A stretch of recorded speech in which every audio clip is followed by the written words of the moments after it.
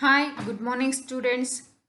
Today we move on to the squares and square roots.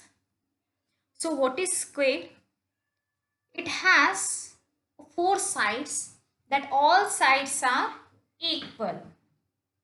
So on your screen you have three squares. So the first square, it has 1 centimeter of each side, and area which equals to side into side, it means 1 into 1, which gives 1 square. So in the next second square, it has a 2 centimeter length of each side, that gives area is 2 into 2, that gives 2 square, it means 4 centimeter square. So in the area third, each side it has 3 centimeters, so area equals 3 into 3, which gives 3 square, it means 9 centimeter square. So here 1 centimeter square, 4 centimeter square, 9 centimeter square, and the 16 centimeter square. So what we call it as, these numbers, we call it as perfect squares or square numbers. So then what is perfect square? An integer multiplied to itself gives a perfect square. Let me considering the integer as 1. So 1 into 1, which gives 1 centimeter square. Let me considering that integer 3, 3 into 3, which gives 3 square, it means 9 centimeters square. So you can take a even large numbers also. Non-perfect square. Here what is that non-perfect square?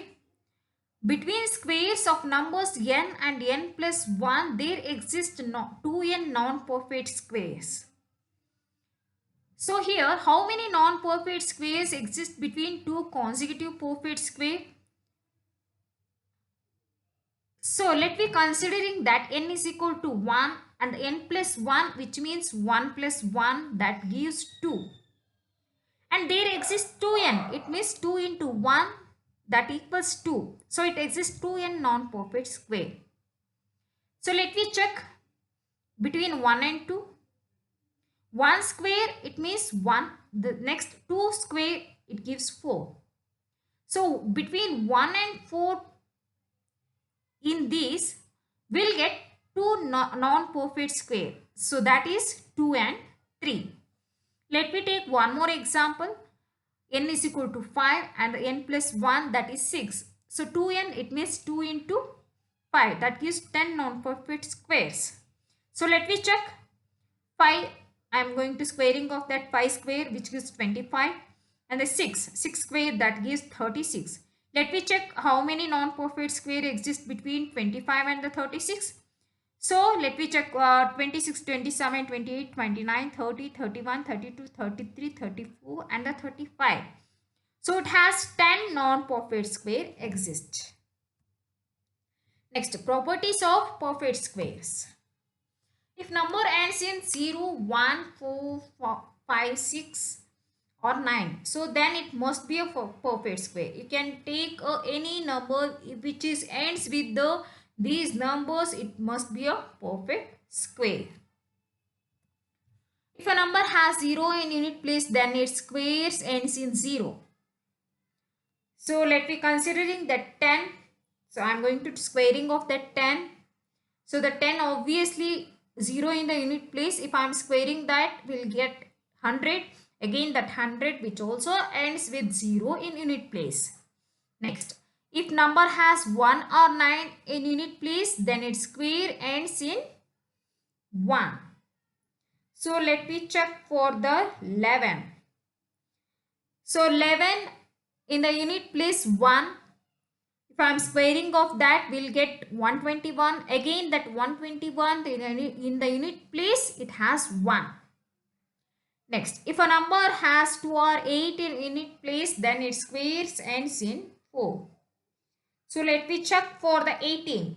So in the 18, that 8 unit place which ends with 8, if I am squaring of that 18, we'll get a 324. Again that 324 in the 4, that unit ends with the 4. Next, if a number has 3 or 7 in unit place, then its squares ends in 9. So let me check for the 13. The 13 unit place, it has 3. So squaring of the 13 will get 169. So in the 169, that unit place ends with the 9. So this property is proved. Next, if a number had either 4 or 6 in unit place, its squares ends in 6. So let me check for the 16. In the unit place, it has 6. So then its square is 256. Again, 256, 6 ends, unit place ends with the 6. Next, if number has 5 in unit place, so then its squares ends in 5. Let me check for the 15. If I am going to squaring of that 15, we'll get 225.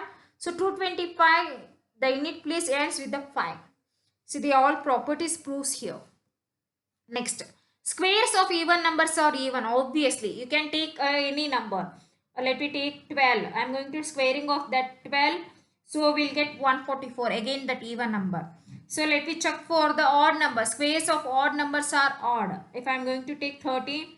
So 13 is the odd number. I am squaring of that. We'll get again 169. That is also odd number. Next, perfect squares can only have even number of zeros at the end. See, I am taking a 10. Squaring of that number which gives 100. It has a two zeros at the end. So that means even number. So let me take 100. I am going to squaring of that 100. Will get 10,000. It has 4 zeros. That even number only. Next, if a number has n zeros at the end, its squares will have 2n zeros at the end. So 10, I'm going to considering the 10. So that n is equal to 1. It means it has 1 0. I'm going to squaring of that 10. Will get 100. So in the 100 again it has 2 zeros. It means 2 into 1. So which gives 2 zeros. So that proves here.